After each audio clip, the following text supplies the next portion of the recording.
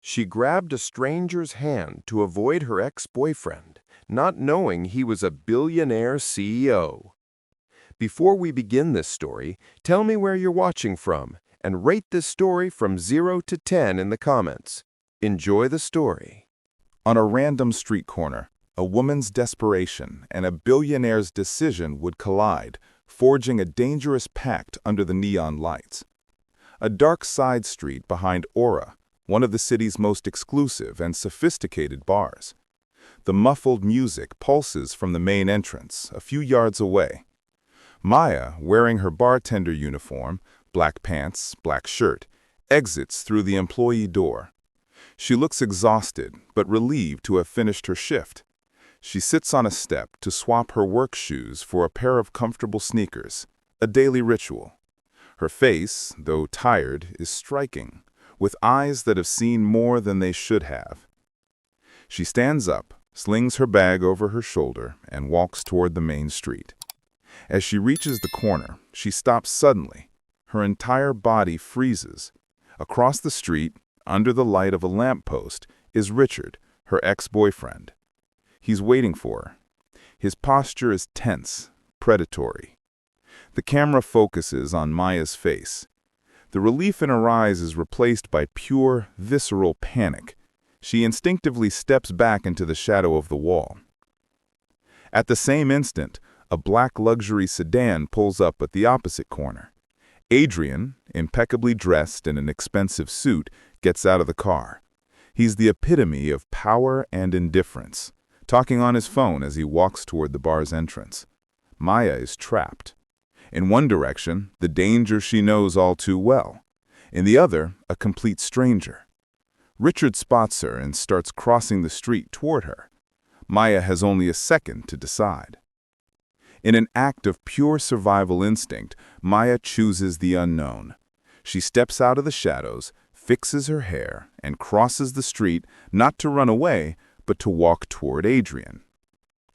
Adrian is about to hang up the phone when he feels a touch. Maya grabs his hand. Her hand is cold and trembling. Before he can pull back from the unsolicited contact, she hugs him tightly, an embrace not of affection, but of desperation. He stiffens, his body tense, his face a mask of surprise and irritation. She buries her head in his shoulder and whispers in his ear, her voice broken with panic. Maya, help me. For the love of God, pretend you know me. Adrian's cold, calculating brain analyzes the situation in milliseconds. Is this a scam? A distraction to steal my wallet? A crazy woman? His first reaction is to push her away. He's about to do just that when he hears another voice. Richard reaches them, his face red with anger. He ignores Adrian completely and focuses on Maya. Richard. Maya, what is this nonsense? Who is this guy? Did you think you could get rid of me? The aggression in Richard's voice, the possessive way he speaks, the genuine fear that makes Maya tremble in Adrian's arms, it all clicks. His calculating brain stops seeing a scam and sees the truth. The woman in his arms is not an aggressor. She's a victim seeking refuge. And he is the refuge. He, who never gets involved, who always keeps his distance, is literally in the eye of the storm. And a part of him, a part he didn't know existed, reacts. The irritation on Adrian's face disappears, replaced by a mask of coldness and absolute authority. He relaxes his body, and in a protective move, puts his arm around Maya's shoulders, pulling her closer. He then faces Richard, his gaze so sharp it makes the other man instinctively take a step back. Adrian, his voice calm, but laden with an unmistakable threat. I think you're mistaken about my fiancé. The word fiancé explodes into the night air. Richard's face goes from anger to shock. Maya's face, still hidden in Adrian's chest, lifts, her eyes wide with complete disbelief. The scene freezes in this moment of maximum tension, with 3 lives irrevocably altered by a single powerful lie. Richard is the first to break the silence, a nervous, scorn-filled laugh escaping his lips. Fiancé? Maya, what kind of joke is this? You met him 5 minutes ago. He turns to Adrian. Listen here, pal. This girl is mine. Stay out of it. Adrian doesn't even blink. He doesn't stoop to Richard's level to argue. Instead, he tightens his arm around Maya even more possessively and looks down at her, his cold face softening into a mask of feigned concern. Darling, ignore him. We're late for our dinner. The driver is waiting. The move is genius. By speaking only to her and completely ignoring Richard's presence, Adrian nullifies him, treating him like an insignificant insect. It's the moment of truth for Maya. She can deny everything, or she can play along. Her eyes meet Adrian's. In his gaze, she sees no romance, but a silent command. Trust me. She understands. With her heart pounding, she nestles a little closer to him and faces Richard with a coldness she didn't know she possessed. Please, Richard, go home. It's over. Without another word, Adrian guides her, walking past Richard as if he were a lamppost on the sidewalk, and leads her to the luxury sedan waiting with the door open. They get in, and the door closes with a soft, definitive click. From the sidewalk, Richard watches the car drive away, completely humiliated and defeated, the image of the powerful couple seared into his mind. The seed of a dangerous obsession has just been planted. The inside of the car is a world apart. Leather, absolute silence, the city lights gliding past the dark windows. The chaos of the street was left behind. As soon as the car starts moving, the facade crumbles. Adrian releases Maya immediately. The forced proximity is replaced by an uncomfortable distance. They sit as far apart as possible from each other in the back seat. The adrenaline begins to fade, giving way to a heavy, awkward silence. Maya hugs herself, looking out the window, her heart still racing, trying to process what just happened. Adrian stares ahead, his jaw clenched. The cold, calculating man is back, perhaps furious with himself for getting involved. After several blocks in absolute silence, Adrian's voice, now back to its businesslike tone, cuts through the air. Where do you live? Maya is startled by the sudden sound. What? Your address, so I can drop you off safely. The word safely hangs between them, a reminder of what happened. She gives him the address of her modest neighborhood, a place that seems light years away from that luxury car. He repeats the address to the driver without showing any reaction. The car continues to glide through the night. The immediate danger of Richard is gone, but Maya now finds herself trapped in a new kind of danger. She's in the car of an incredibly powerful stranger who, for some unknown reason, just announced to the world that she is his fiancée. The question burning in her mind is, what happens now? The car ride to Maya's neighborhood was a journey through two universes. The bright lights and imposing architecture of the city center slowly gave way to the quieter streets and softer lights of the suburbs. For Adrian, it was uncharted territory. For Maya, it was home. Inside the leather and glass silence of the car, the distance between their worlds was almost palpable, a chasm bridged only by the lie that now connected them.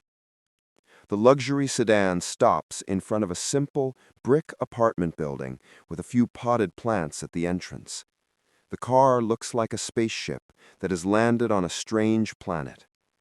The vehicle's opulence contrasts violently with the humility of the neighborhood. David, the driver, turns off the engine but remains silent, his eyes fixed ahead. In the back seat, the stillness is heavy. Maya looks at her building's door, her safe zone, but hesitates to get out. Leaving would mean breaking the spell and being left alone with the night's consequences. Adrian turns to her. His expression is no longer that of a protector, but of a CEO analyzing a complex problem. That man, Richard, He will look for you again. It's not a question, it's a cold statement. Maya nods, her voice low. I know. Adrian, the lie I told, fiancé, was the quickest and most efficient way to neutralize him. He looks at her, his eyes analytical.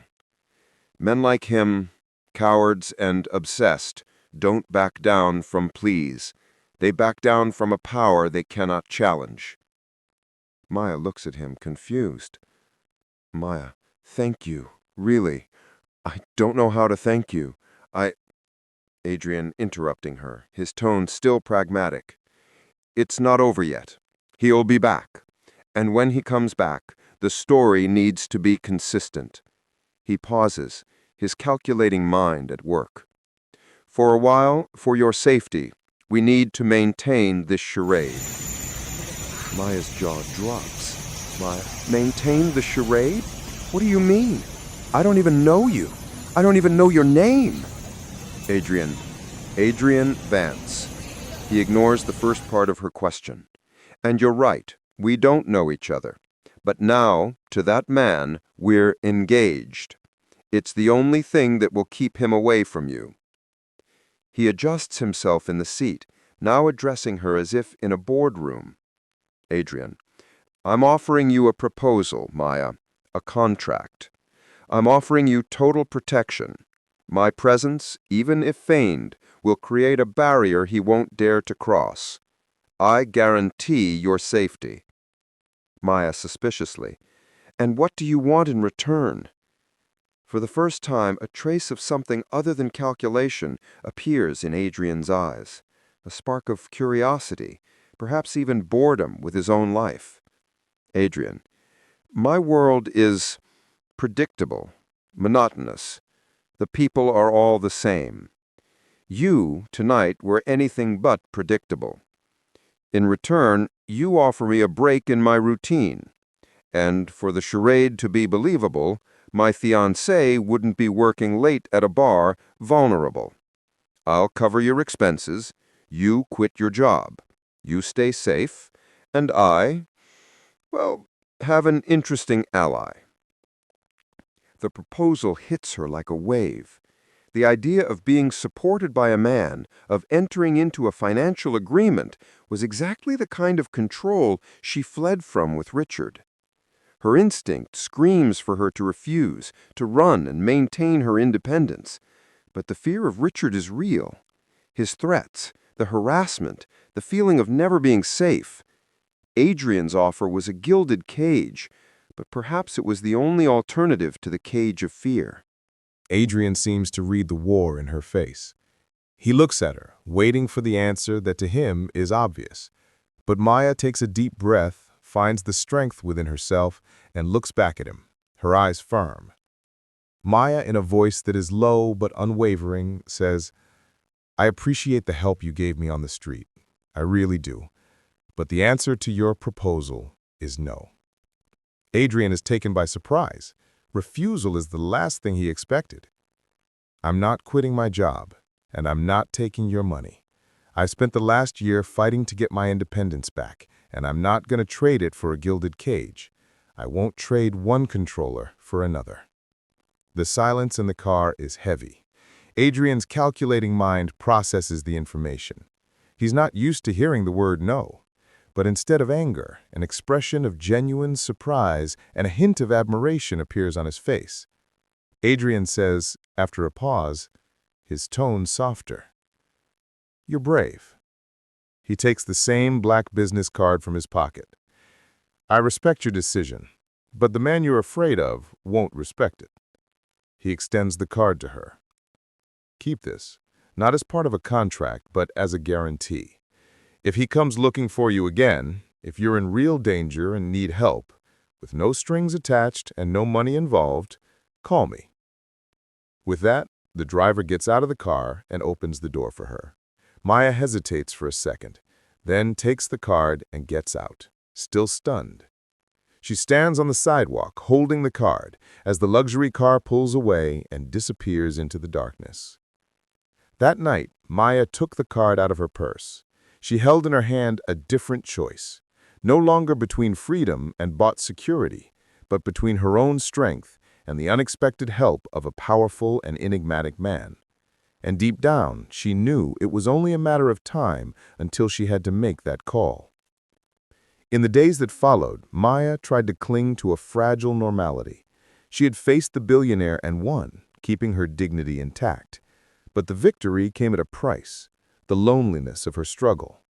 Adrian's business card, tucked away in her purse, was a constant reminder of a security she had refused. And the shadow of Richard, her ex-boyfriend, was a constant reminder of why that security was so tempting.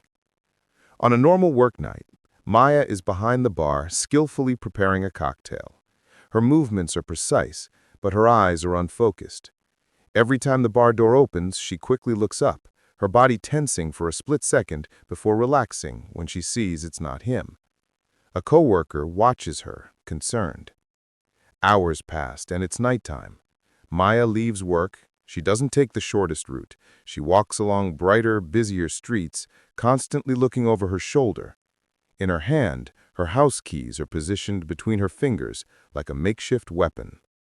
When she gets home, she enters her apartment and locks the door with 3 different locks. She leans against the door, closing her eyes, finally allowing herself to take a deep breath. On her nightstand, we see Adrian's black card. She stares at it for a long moment, a mix of temptation and stubbornness on her face, before turning off the light. Across town, Adrian is in his 15th floor office. He should be analyzing profit projections on his main monitor, but on a tablet to the side, an image is open. The live feed from a security camera showing the street in front of Aura, the bar where Maya works. He's not being invasive. He's being protective in the only way he has left. David comes in to bring him coffee. He sees what Adrian is watching. David says, "You haven't seen her since that night, sir?" Adrian, without taking his eyes off the screen, says, "She made it very clear what she wanted, David, and it wasn't my help." David says, "But you're still here, watching." Adrian doesn't answer. His face is a mask of conflict, genuine concern warring with respect for her decision. He, the man of action, was forced to just watch. We are in a new night. It's the end of a Friday night. Maya leaves work exhausted. The street is darker and emptier than usual. She starts walking, and suddenly a figure steps out of a dark doorway. It's Richard. This time, he's not angry. He's calm, which is infinitely more terrifying. He blocks her path. "Maya, we need to talk." "We have nothing to talk about, Richard. Leave me alone." She tries to step around him, but he moves, blocking her again. "I saw your fiancé drop you off the other day. Nice car. He's not here now, is he?" He takes a step closer, invading her space. "You traded me for a rich guy? Is that it? After everything I gave you? You gave me nothing but fear. Get out of my way." When she tries to push past him, he grabs her arm forcefully. His calm facade shatters, revealing the rage underneath. "You're mine, Maya. Always have been. You just need to be reminded of that." Panic finally takes over Maya. Dignity wouldn't protect her from him. Independence wouldn't keep her safe. In a swift move, she uses her other hand to stomp hard on his foot. He yells in pain and loosens his grip for a second, long enough for her to break free and run. She doesn't run toward her home. She runs down the street, her heart in her throat, while pulling her phone from her purse with trembling hands. She finds the contact she saved under the name Adrian Vance. Her thumb hovers over the call button, tears of terror and frustration streaming down her face. The camera focuses on her finger as it finally presses the screen. She made the call. Adrian is in his silent 15th floor office, the glow from the security camera tablet illuminating his tense expression. He answers the call on the first ring. "Adrian?" "Maya, it's Richard. He found me. He grabbed me. I managed to get away, but he's coming after me. Adrian's face transforms. Passive concern gives way to an absolute intensity of focus. He is no longer an observer. He is in command. Where are you? Tell me the exact name of your street, now. I don't know. Near my work, on Pearl Street. I ran for about 2 blocks. Okay, I know where that is. Keep running toward the bridge. Don't stop for anything. I'm on my way. He hangs up. The call lasted less than 30 seconds. Maya, with a clear direction, continues to run with a new surge of adrenaline. Adrian is already on his feet, putting on his suit jacket while speaking into the intercom. David, the car, main entrance, now. He crosses his office, grabbing his keys. Heading toward the elevator, he makes a second call, this time to the head of his personal security team. Marcus, I have a situation. Level 1. Name, Richard Peterson. I want a full dossier on him on my desk in an hour. Address, affiliations, criminal history, everything. And I want a discreet surveillance team at Maya's address at 432 Elm Street. Effective immediately. He doesn't get within 100 yards of her again. Understood? He hangs up. Gets into the private elevator, his face a mask of controlled fury. In less than a minute, he has set in motion a force Richard wouldn't even know hit him. Maya runs to the more open, well-lit area under a large city bridge. Her lungs burn. She stops, exhausted, and turns around. Richard is approaching, his smile cruel and triumphant. She's cornered. "Tired of running, my love?" Just as he is about to reach her, a pair of LED headlights cuts through the darkness. Adrian's black sedan screeches to a halt between them, using the car as a barrier. The passenger door opens. Adrian is out of the car before it comes to a complete stop. He doesn't look at Richard. His eyes are fixed on Maya. Adrian. "Maya, get in the car, now." Maya runs to the safety of the car. Adrian closes the door and only then turns to Richard. The power difference between the two men is an abyss. Adrian, his voice lethally quiet. "I'm not going to repeat myself. Stay away from her. If I see you, if I hear that you've breathed in her direction again, I will use every resource I have to ensure the rest of your life is a living hell. Don't test me." Richard, faced with that cold promise and the wealth that emanated from Adrian, is paralyzed with fear. He just nods, defeated. Adrian gets into the car, which speeds off, leaving Richard alone and powerless in the darkness. Inside the vehicle, Maya is huddled in the seat, sobbing with relief and shock. Adrian says nothing, just takes off his suit jacket and drapes it over her shoulders. The immediate danger had passed, but by making that call, and by him answering it in that way, their pretend arrangement had become something much deeper and much more real. In the silence of the car, the immediate danger had passed. The adrenaline from the confrontation began to dissipate, and for Adrian Vance, adrenaline always gave way to one thing: cold analysis. His mind, trained to dissect billion-dollar contracts for loopholes, began to do the same with the night's events. And for the first time, he saw himself not as a hero, but as a variable in an equation he didn't understand. And in his world, what he doesn't understand, he doesn't trust. The car glides through the city. Maya, huddled under Adrian's jacket, has finally stopped sobbing. Her breathing is still shaky. Adrian isn't looking at her. He stares at the passing city lights, but his expression is no longer one of concern. It's sharp, focused, as if he were in a boardroom. He turns to her. The protective tone from before is gone, replaced by an inquisitive calm that puts her on edge. "Adrian, your ex-boyfriend, Richard. What's his last name?" "Peterson." "Why?" "Where does he work?" I don't know. He lost his last job a few months ago." Adrian processes the information.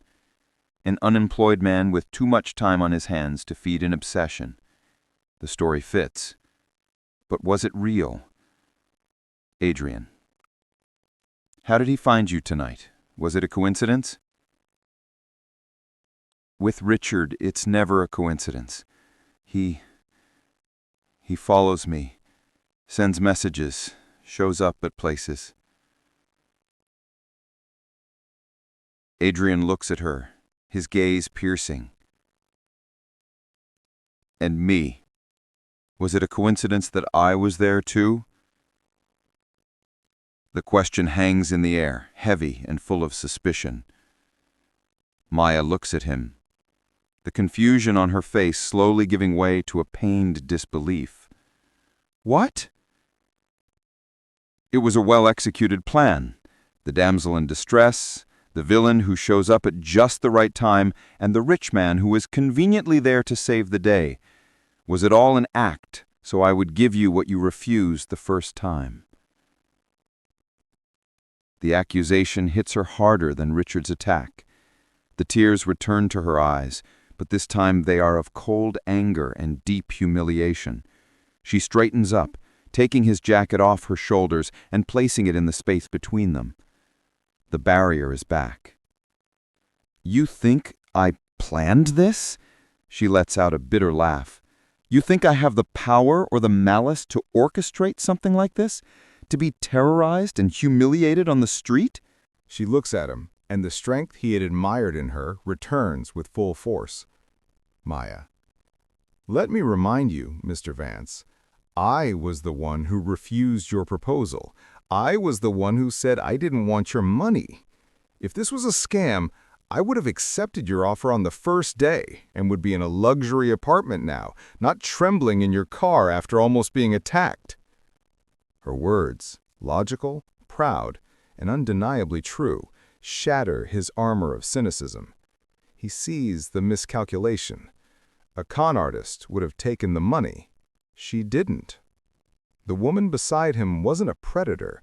She was the most principled person he had ever met, and he had just insulted her in the worst possible way moments after saving her. The regret on his face is instantaneous and profound. Adrian, his voice low, full of genuine remorse. You're right. I'm sorry. That was unforgivable. The car stops in front of her building. The silence that settles now is different. It's no longer one of fear or embarrassment. It's the silence of a new wound, one that he himself opened. Adrian had saved her from Richard, but with a single question, he had forced her to protect herself from him. He had won the battle on the street, but he was at risk of losing the war for her trust forever. In the days that followed, she built her walls up again, higher and colder than ever. She would go back to work, hold her head high, but her heart was closed to the man who was both her savior and her tormentor. The bar is busy. Maya is in her element, moving with the grace and efficiency of a seasoned professional. She smiles at customers, makes small talk, but there's a barrier in her eyes. She is present, but distant. Adrian walks into the bar, and ignoring the tables, sits directly at the counter, at Maya's station. It's a bold move, forcing her to interact with him. Maya sees him. Her face shows no surprise or anger. It's completely neutral. She approaches, picking up a cloth to wipe the counter in front of him, which is already spotless. Maya. Her voice polite, impersonal. Good evening, sir. What can I get for you? The sir is deliberate, a shard of ice. Adrian. Maya, please, you don't have to do this. Maya. My job is to serve the customers, sir. If you're not going to order anything, I'll have to help other people. At that moment, Robert, the bar manager, sees Adrian and rushes over, pale. Mr. Vance! What an unexpected surprise! Please, let me show you to your private table. You don't need to sit here at the counter. Adrian, without taking his eyes off Maya. It's all right, Robert. I'm being well taken care of here. "Just a whiskey, please." Robert gives Maya a confused look and backs away. Maya heard the name Vance and the VIP treatment. She remembers the card, the full name. It only confirms what she already knew. He was powerful. But her expression doesn't change. She takes an expensive bottle of whiskey, pours a perfect shot into a crystal glass, and slides it across the counter to him, without a word. She turns to serve another customer, leaving Adrian alone with his drink and her wall of professional silence. He watches her work, realizing the crushing irony. He owned every bottle, every chair, every inch of this place, but he couldn't even buy 5 minutes of a sincere conversation with the bartender. In another part of the city, Richard's apartment is a mirror of his mind, chaotic and messy. Empty pizza boxes, clothes on the floor. He is sitting in front of a laptop, the screen's light illuminating his obsessed face. On the screen, we see what he's doing. He's stalking Maya. Photos of her with friends, check-ins at places. He clicks on a name, Adrian Vance. The search results explode on the screen. Forbes articles, photos at gala events, news about Vance Global. The immense wealth and power of his rival are revealed. Richard's reaction isn't of intimidation, but of envious rage. To him, this confirms his twisted narrative. Maya left him for a rich man. He feels like the victim. He's not going to confront Adrian again. He understands he lost the battle of strength, so he'll change tactics. He will attack what Maya values most: her reputation, her peace, her friends. In his sick mind, the plan has formed. If he couldn't have her, he would make sure no one else wanted her either. He would poison the well. He would isolate her, destroy her support system, spread lies among her colleagues and friends until the only person left in her world was him. He starts typing a message to one of Maya's friends he found on social media, the text beginning with, "Hi, I know you're friends with Maya. There are some things about her new boyfriend you need to know." After Maya's shift, Adrian goes ahead to her house. He's sitting in the back of his car with David, parked on a dark street a block from Maya's building. He watches from a distance as Maya gets out of a taxi. She looks both ways down the street, frightened, before rushing inside her building. The sight pains him. "Adrian, she hates me, David." "She's scared, sir, of everything and everyone, and you hurt her with your distrust. Give her time." Adrian, frustrated, running a hand through his hair. "Time won't fix this. All the tools I've ever used in my life, power, money, logic, are completely useless with her. I don't know what to do." David looks at his boss's anguished face in the rearview mirror. He has worked for the family long enough to know he can risk speaking the truth. "David," his voice calm and respectful, "with all due respect, sir, you keep trying to use a CEO's tools to solve what is not a business problem." Adrian, his tone a bit sharp. "And what is it then, David?" David pauses for a moment, and then speaks the simple, devastating truth. "You're in love, Mr. Vance." Adrian is completely silent. The word hits him, unexpected. In love. He almost laughs at the idea, but something stops him. The word echoes in his mind. He replays the events of the last few weeks, the obsession with watching her, the blind fury at seeing her threatened, the way her refusal affected him more than any failed billion-dollar deal, the inexplicable need to protect her, even against her will.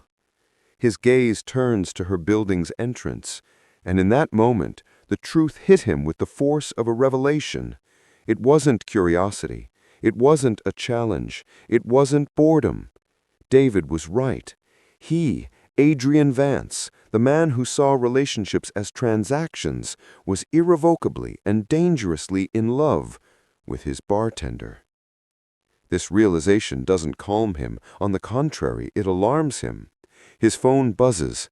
It's a notification from his security team. The dossier on Richard Peterson. He opens it on his tablet. He reads in silence, and his expression, which had been one of epiphany, hardens, turning grim.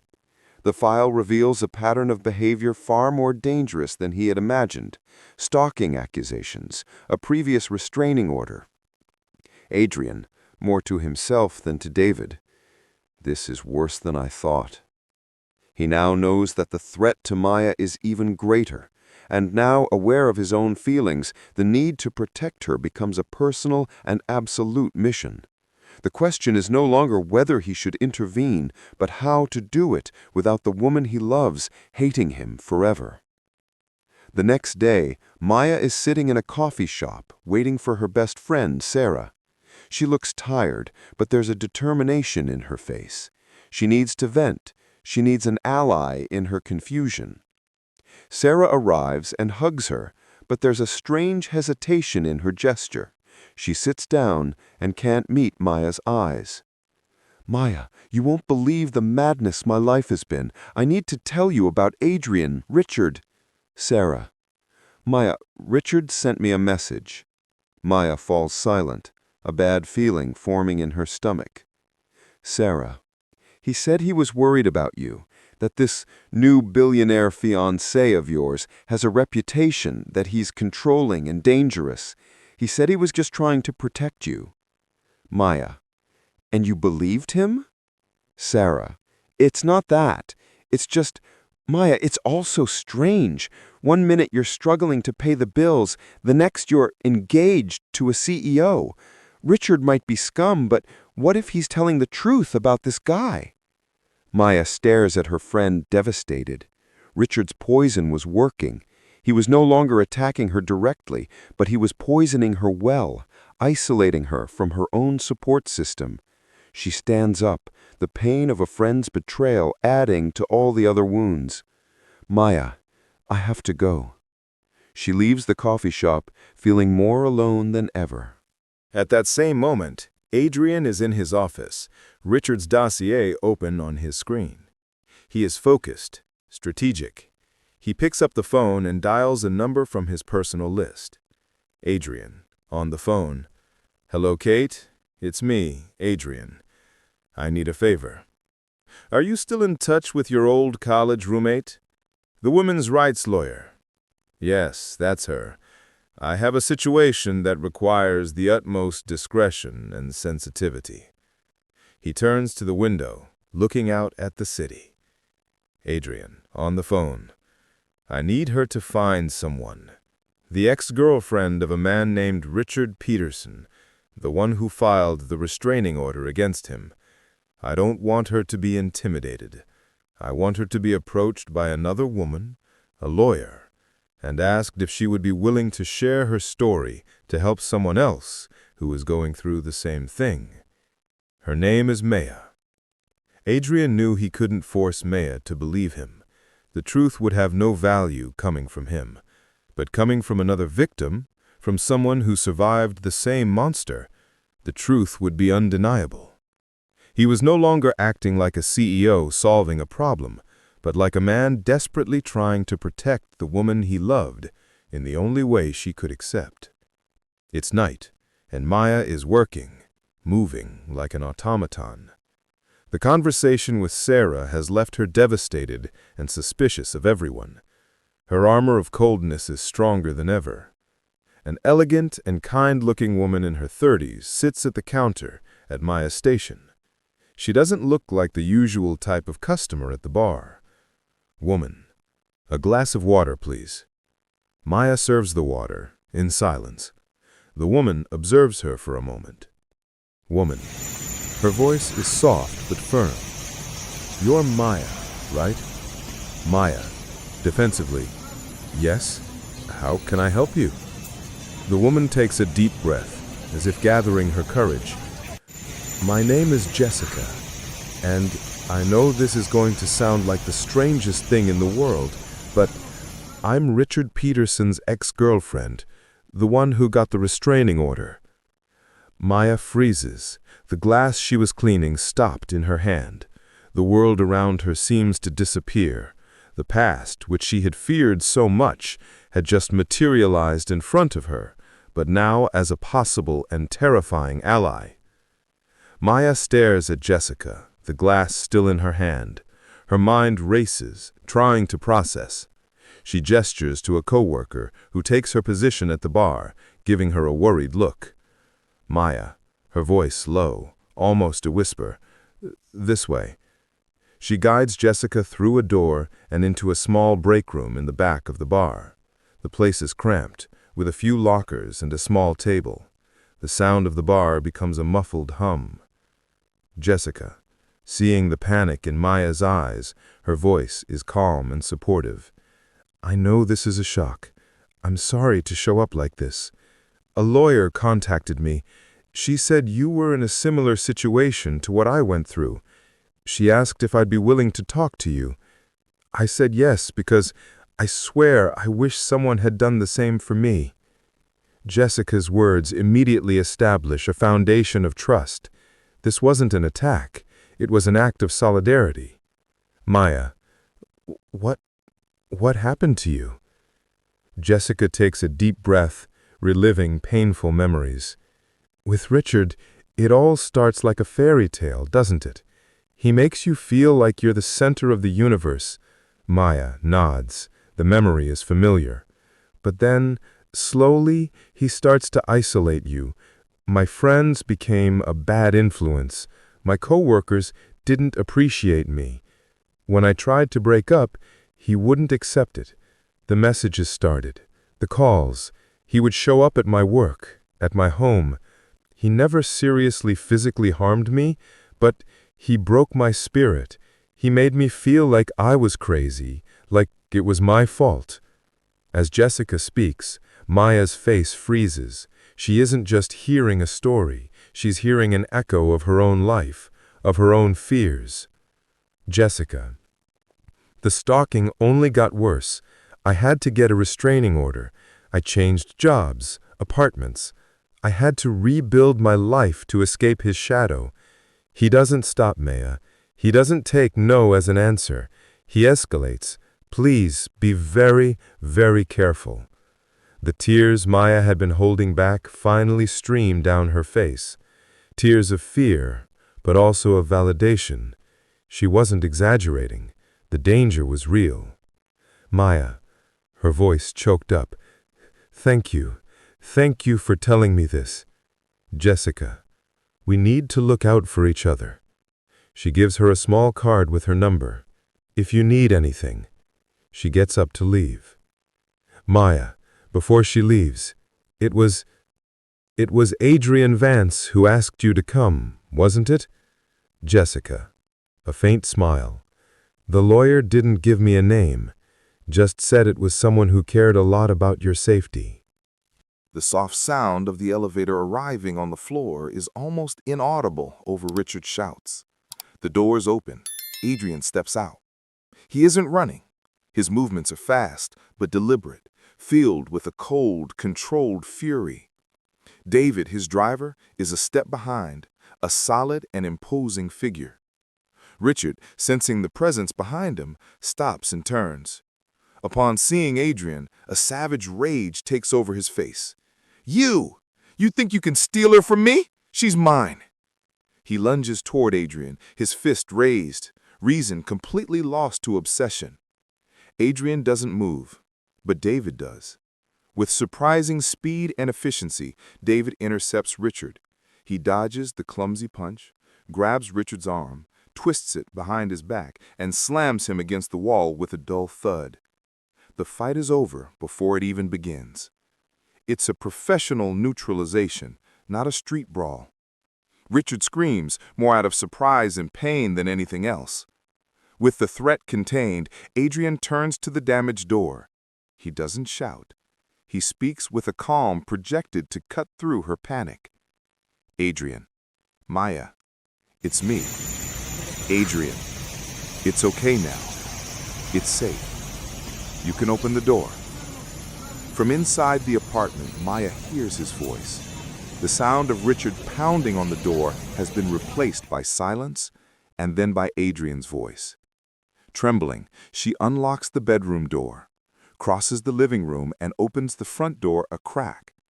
She sees the scene in the hallway. Adrian standing, unharmed, and Richard immobilized and helpless against the wall under David's control. The relief is a wave so powerful that her legs give out. Adrian enters the apartment just as she begins to waver and catches her. She clings to him, her face buried in his chest, and the sobs she held back during the entire siege finally come, uncontrollable. This hug is different from all the others. It's not forced. It's not tense. It's a hug of pure need and relief. He holds her tightly, his hand protectively on her head, feeling her tremble. Sirens wail in the distance, getting louder and louder. Soon the hallway is filled with police officers and Adrian's private security team who arrive discreetly. The scene becomes a blur of official activity. Adrian, with Maya still by his side, handles everything. His authority is natural and absolute. He speaks to the officers, hands over a report already prepared by his security team, ensuring Richard is taken into custody for attempted breaking and entering and assault. He is the calm in the center of the storm. When the dust settles and Richard is led away in handcuffs, Adrian turns to Maya, who is wrapped in a blanket on the couch, staring at her broken door. "Adrian, you're not staying here tonight anymore." He pauses, his gaze intense. "In fact, you're not staying here anymore. Period. Not until I'm absolutely sure he can't get near you again." He extends his hand to her. "Come on. I'll take you to a safe place." She looks at his outstretched hand. In that moment, all her rules about independence, about not accepting his help, become irrelevant in the face of her safety. Trusting him is no longer a matter of pride, but of survival. She places her hand in his. As she left her violated apartment, Maya wasn't entering a gilded cage, but a safe harbor. She had lost the sense of security in her own home, but for the first time she found it in the presence of the man who, until recently, was a complete stranger. And as their car sped through the night, a new and undeniable alliance was sealed in the silence. The journey from Maya's home to Adrian's wasn't just a trip across the city. It was an ascent to another universe. She left behind her small, violated brick apartment and entered a fortress of glass and silence at the top of the world. Adrian offered her security, a refuge, but to Maya, that place felt like a cage, albeit a gilded one. And in the days that followed, the forced cohabitation between the billionaire and the bartender would test the limits of self-control, gratitude, and an attraction that both were trying, fruitlessly, to deny. They exit the private elevator and step directly into the living room of Adrian's apartment. The place is vast, minimalist, and stunningly luxurious. Entire walls of glass show the city lights twinkling below, like a carpet of stars. Maya stops in the middle of the room, feeling incredibly small and out of place. Adrian watches her, noticing her discomfort. He adopts the tone of a formal, almost awkward host. "Adrian, make yourself at home. The guest room is this way. It has everything you need." He guides her down a hallway. She begins to worry about her job, about the consequences. "Oh my God, my job! Robert, the manager, the police at the bar! I'm going to get fired!" Adrian stops calmly and turns to her. "Maya, about that, there's one more thing you don't know. Aura? It's part of my investment group. I'm the owner." Maya stares at him, shocked, but strangely, not that much. At this point, nothing about him would surprise her anymore. "I've already spoken with Robert. You're on paid leave for a week, starting today, to recover from the trauma." Before she can protest about the decision being made for her, he continues, "Please, just for a week. Use this time to rest. It's the least I can do." Too exhausted to argue, she just nods. They started to have small moments together. Maya, the next day, explores the gigantic apartment alone. She is barefoot, and her feet make no sound on the marble floor. She stops in front of a very expensive abstract painting, her head tilted, trying to understand it. She looks like a ghost in that huge, silent house. Adrian is in his home office on a business video call. He looks focused, but his eyes drift to the half-open door, aware of her presence somewhere in the house. He makes a mistake on a number, something he never does, and quickly corrects himself, frustrated with his own distraction.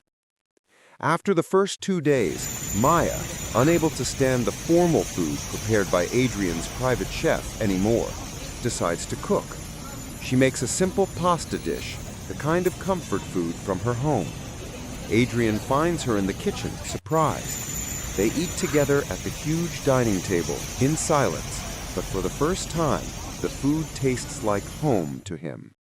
In that silence, a fragile routine began to form, and as the days passed, the flame of Maya's curiosity began to ignite. She saw the man behind the CEO, the way he concentrated, the fact that he only drank black coffee, the sound of his rare and genuine laughter, and she didn't know how to feel about it. It's late at night. The penthouse is completely dark, except for the distant city lights coming through the windows. The silence is total. Adrian, who just got out of the shower, enters the kitchen. He is wearing only a white towel tied at his waist.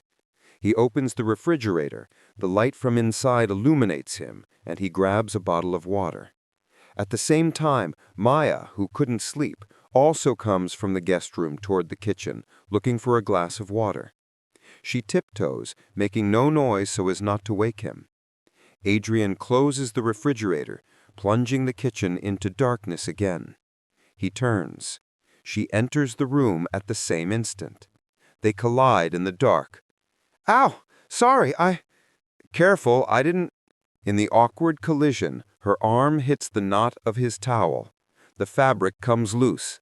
The towel falls to the floor with a soft thud. They freeze, inches from each other. The only light comes from the city outside, outlining the silhouette of Adrian's athletic, naked body. Time stops. Maya's eyes widen, her face burning with embarrassment. She covers her mouth, not knowing where to look. Adrian is paralyzed with embarrassment before fumbling to pick up the towel from the floor.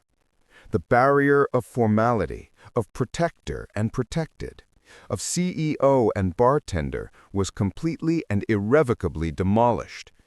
Now, they were just a man and a woman, standing in the dark, in an embarrassing and undeniably intimate situation.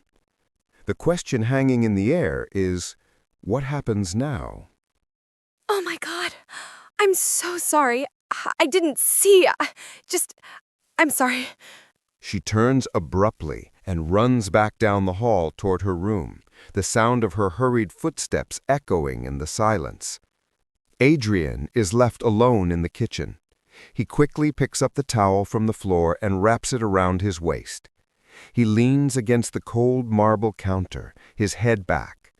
For a moment, he looks annoyed, but then a strange sound escapes his lips. First a puff of air, then a genuine smile, and finally a low, deep laugh. A laugh at the absurdity, the embarrassment, the chaotic situation he's gotten himself into. He, the man who controls everything, couldn't keep a towel in place.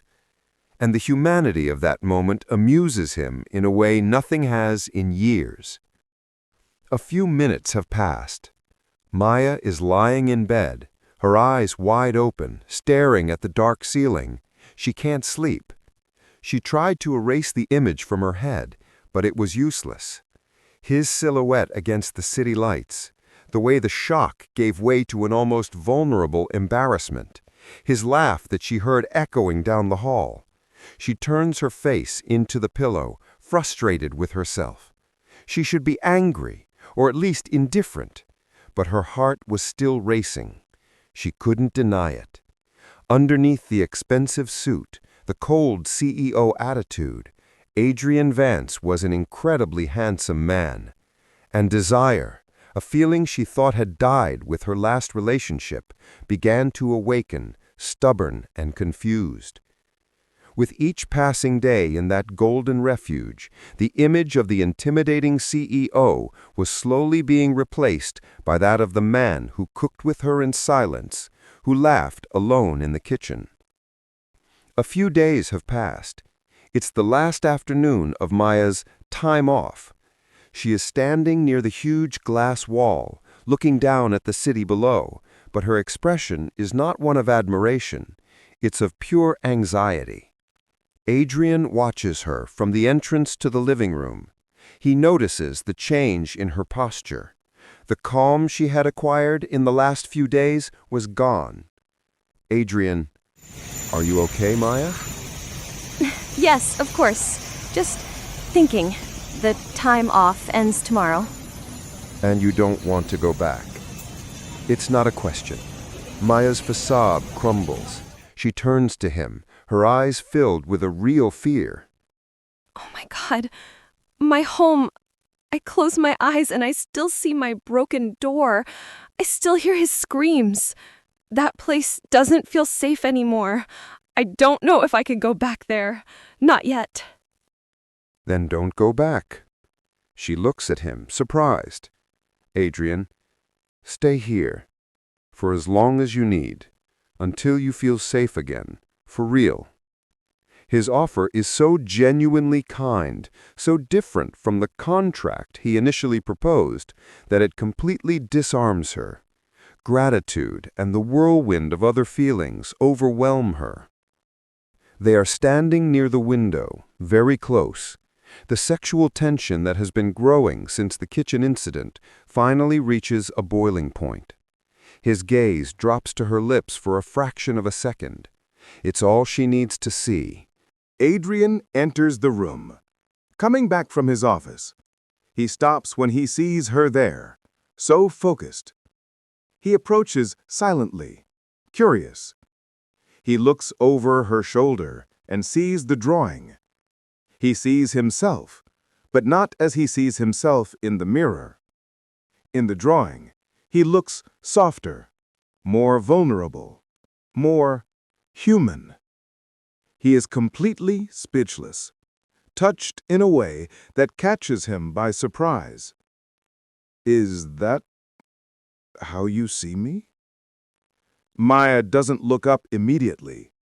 She adds one last soft stroke of shadow near the eyes in the drawing, as if finishing a thought. Only then does she lift her face to him. The confusion in her eyes is gone, but in its place there is no declaration, just a calm observation. That's how I drew you.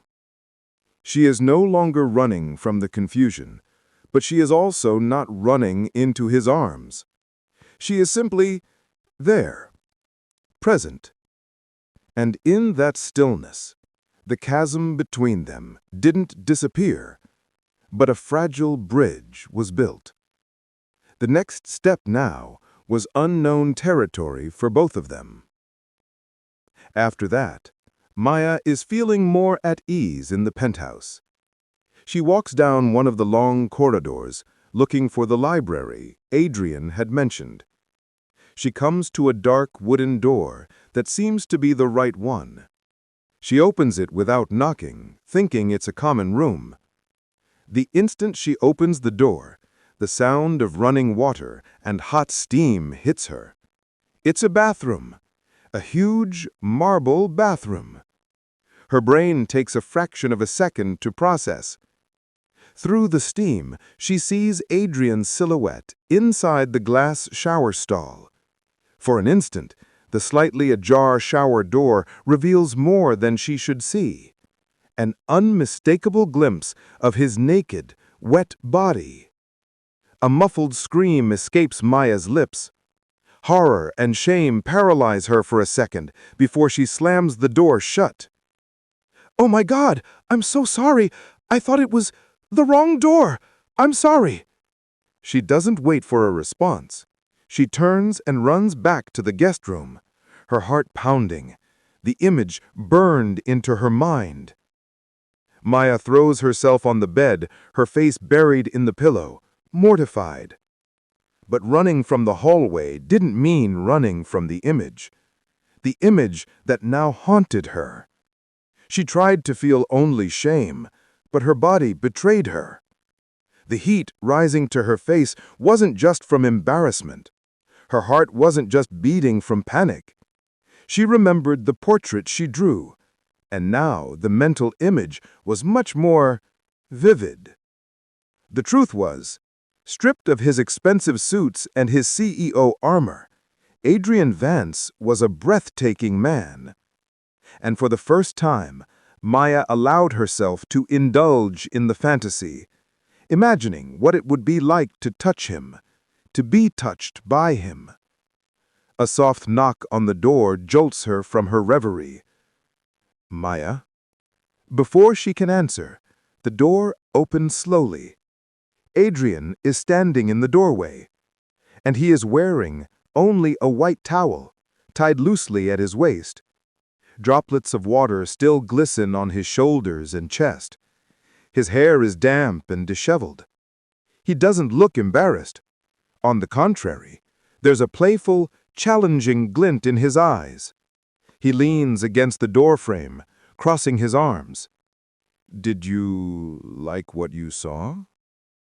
The direct, bold provocation incinerates Maya's last shred of self-control. The fantasy in her mind and the breathtaking reality in her doorway collide. The maybe became a now. She didn't answer with words. In a fluid motion, she gets up from the bed. Her eyes never leave his as she crosses the room, closing the distance between them. The hesitation, the confusion, the gratitude, everything dissolved, leaving only one pure, overwhelming feeling: desire. She stops right in front of him. Her hands rise and touch his damp chest, feeling the warmth of his skin. Adrian releases a breath he didn't even know he was holding. He pulls her to him, his mouth finding hers in a kiss that was no longer one of confusion or comfort, but of pure, undeniable need. They cling to each other, the outside world disappearing, leaving only the room, the night, and the flame that had finally consumed all doubts. The night had been a fever, a fire of desire and repressed emotions that finally found its course. But the morning always comes, and with the first light of sun, the passion of the previous night gives way to the cold clarity of day, bringing with it the questions, the insecurities, and the frightening question, now what? The soft morning light filters through the panoramic bedroom windows. Maya wakes up first. She is in his bed, wrapped in silk sheets. Adrian sleeps soundly beside her, his face finally at peace. She sits up slowly, holding the sheet against her chest. She watches him sleep for a moment, tenderness in her eyes. But then her gaze sweeps across the room. The expensive art on the wall, the million-dollar view, the impersonal vastness of luxury. A wave of panic and inadequacy hits her. What was she doing there? Last night had felt like a dream, a fantasy. But the light of day was a cruel reminder of reality. This was not her life. This was not her world. And the sleeping man beside her, however kind he had been, was still a powerful stranger. The confusion she felt before the kiss returned with full force. Careful not to wake him, she slides out of bed, picks up a shirt of his that was on a chair, and puts it on before silently leaving the room. She goes to the balcony, hugging herself, wearing only Adrian's shirt, which acts as a short dress. The morning breeze is cold. She stares at the city waking up below her, feeling a million miles away from it all. The glass door opens. Adrian appears, wearing sweatpants. He brings 2 cups of coffee. He stops at a respectful distance, noticing the barrier she has erected again. Adrian. Running from me again? Maya, without turning. I'm not running. I'm thinking. He approaches and hands her one of the cups. Their hands touch for an instant. Adrian. About. Maya finally turns to him. Her eyes are filled with a painful vulnerability. Maya. About this. She gestures to the view, to the apartment, to him. About us. Adrian, what is this? Last night was intense. But now, in the light of day, I look around and I don't recognize anything. I'm not real in this place. This all isn't real. He looks at her, and for the first time, there is no calculation in his gaze, just raw honesty. Adrian, the place doesn't matter. What happened between us was real, at least for me. He takes a step closer, his voice a plea. I know I don't have the right to ask you for anything. I scared you, I judged you, but the only thing I know for sure is that when I'm with you, Maya, I feel more real than at any other time in my life. He takes her free hand. Adrian, let me show you. Not the CEO, not the fake fiancé, just me. No more secrets, no more games. Give me a chance to be real with you. His plea, the vulnerability in his voice, breaks Maya's new wave of panic. He wasn't offering solutions. He wasn't offering money. He was offering himself. He looks at his hand holding hers and then into his eyes. The confusion is still there, but underneath it there is a spark of hope. Maya, her voice low but firm. No more secrets. Adrian, no more secrets. It's a promise. They stand there, on the balcony, as the sun rises over the city, drinking their coffee in a silence that is no longer awkward, but contemplative. They are finally on the same page, ready to try to start something real. A promise was made under the rising sun, but building a relationship on the ashes of so many traumas would be the most difficult task of their lives. And they didn't know that in the city's shadows, the predator they thought they had neutralized, Richard, was about to make his next and much more dangerous move. It's a perfect sunny day. Adrian and Maya are strolling through a stunning botanical garden. It's the first time they've gone out together on a normal date, away from bars, offices, or drama. They look like a normal, happy couple. The soft morning light filters through the panoramic bedroom windows. Maya wakes up first. She is in his bed, wrapped in silk sheets. Adrian sleeps soundly beside her, his face finally at peace. She sits up slowly, holding the sheet against her chest. She watches him sleep for a moment, tenderness in her eyes. But then, her gaze sweeps across the room. The expensive art on the wall, the million-dollar view, the impersonal vastness of luxury. A wave of panic and inadequacy hits her. What was she doing there? Last night it felt like a dream, a fantasy. But the light of day was a cruel reminder of reality. This was not her life. This was not her world. And the sleeping man beside her, however kind he had been, was still a powerful stranger. The confusion she felt before the kiss returned with full force.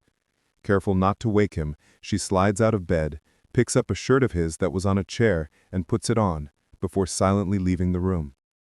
She goes to the balcony, hugging herself, wearing only Adrian's shirt which acts as a short dress. The morning breeze is cold. She stares at the city waking up below her, feeling a million miles away from it all. The glass door opens. Adrian appears, wearing sweatpants. He brings 2 cups of coffee. He stops at a respectful distance, noticing the barrier she has erected again. Adrian, his voice soft. Running from me again? Maya, without turning. I'm not running, I'm thinking. He approaches and hands her one of the cups. Their hands touch for an instant. Adrian, About. Maya finally turns to him. Her eyes are filled with a painful vulnerability. Maya. About this.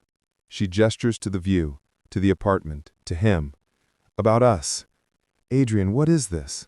Last night was intense, but now, in the light of day, I look around and I don't recognize anything. I'm not real in this place. This all isn't real. He looks at her, and for the first time there is no calculation in his gaze, just raw honesty. Adrian, the place doesn't matter. What happened between us was real, at least for me.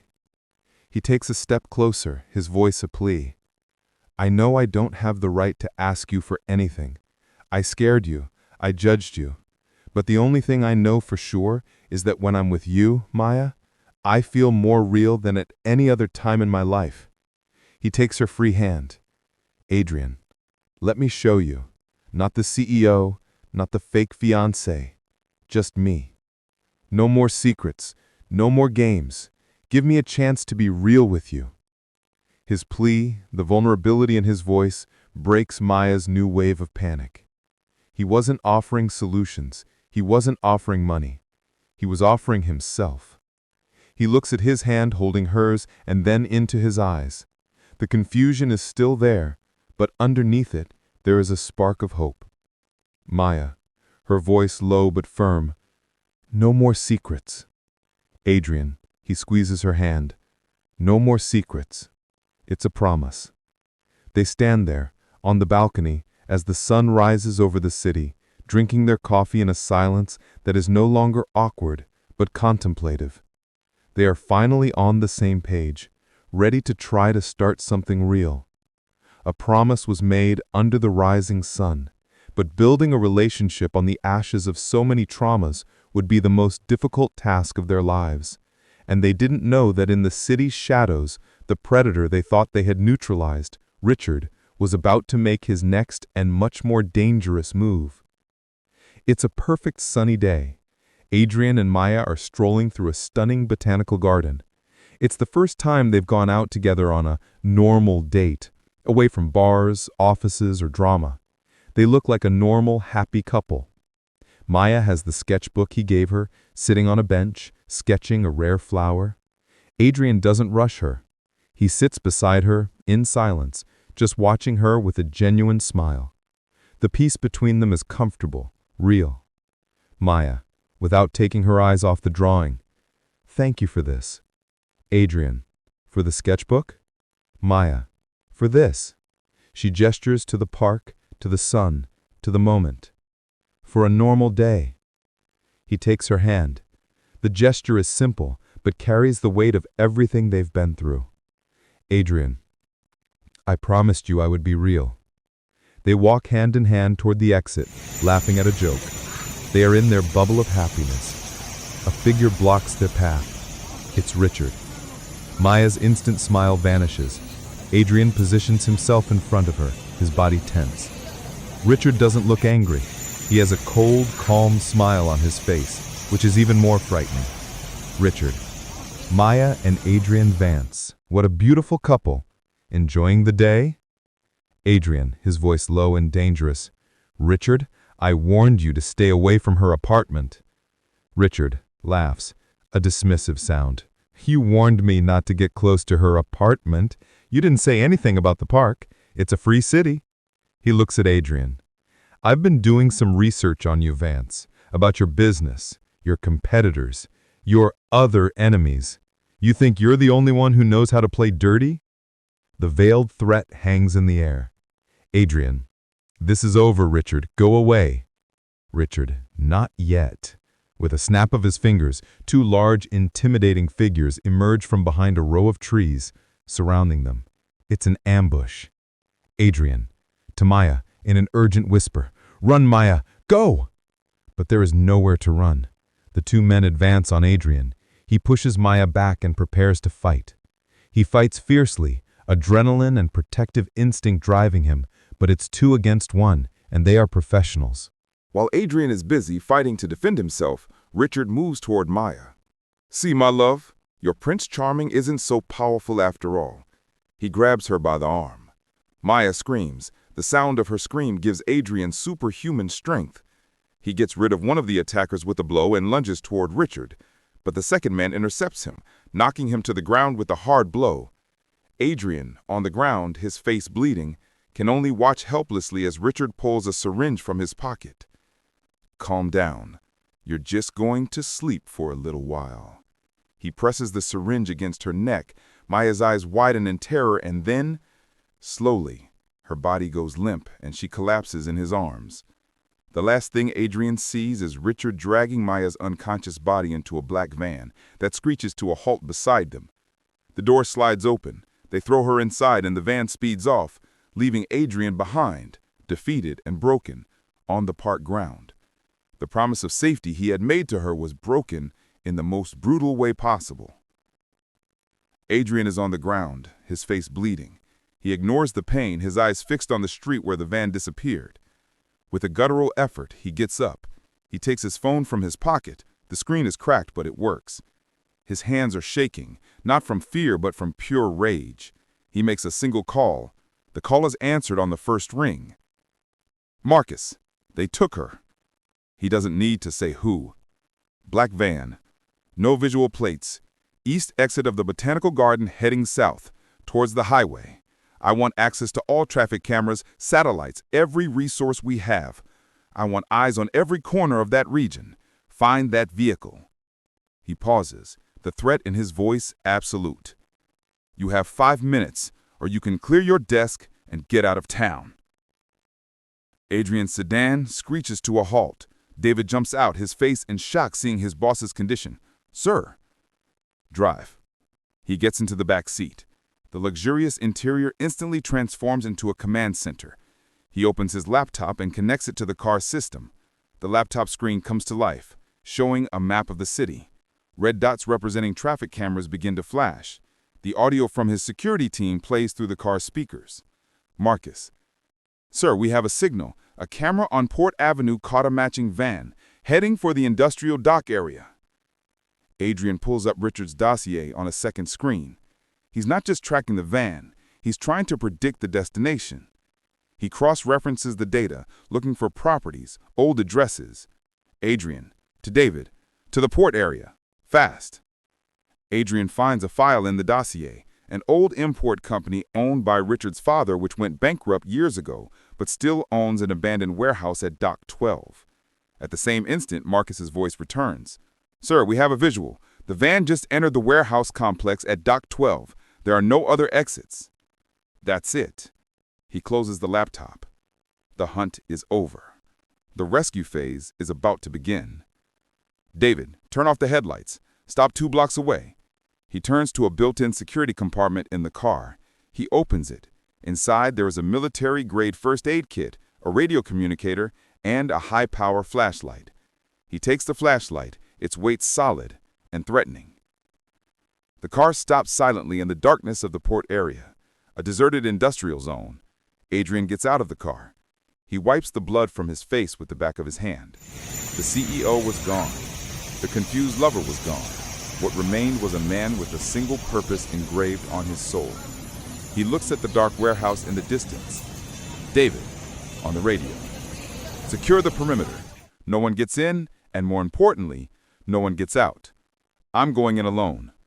He walks toward the warehouse, a solitary silhouette against the distant lights of the port, ready to enter the wolf's den to rescue what was his. The final confrontation was inevitable. The inside of the warehouse is vast, dark, and dusty. Beams of moonlight stream through dirty windows, illuminating dust particles dancing in the air. Maya is tied to a chair in the center of the empty space.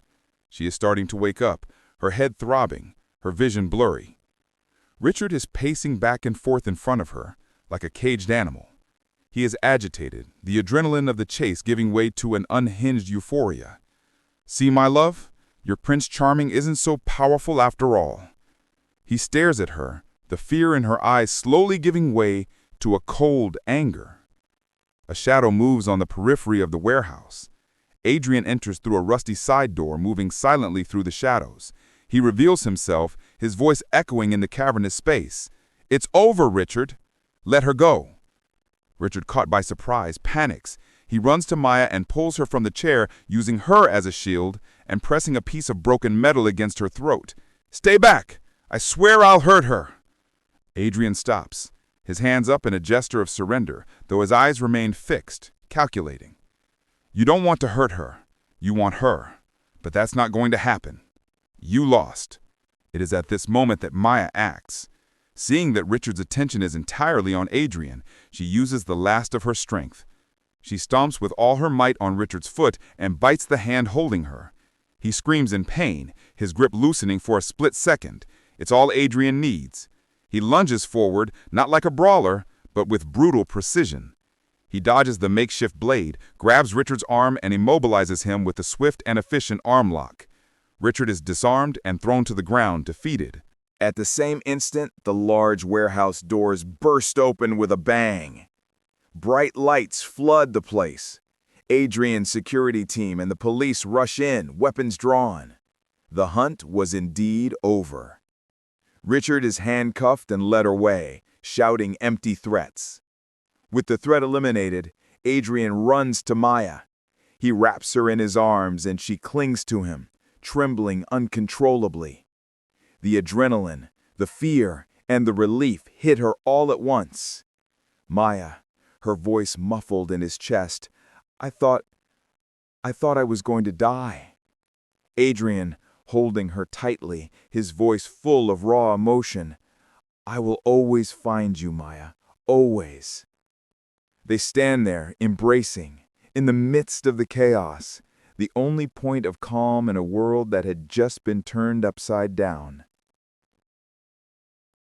Months later, a bright sunny day. We are at a construction site, but not for a skyscraper.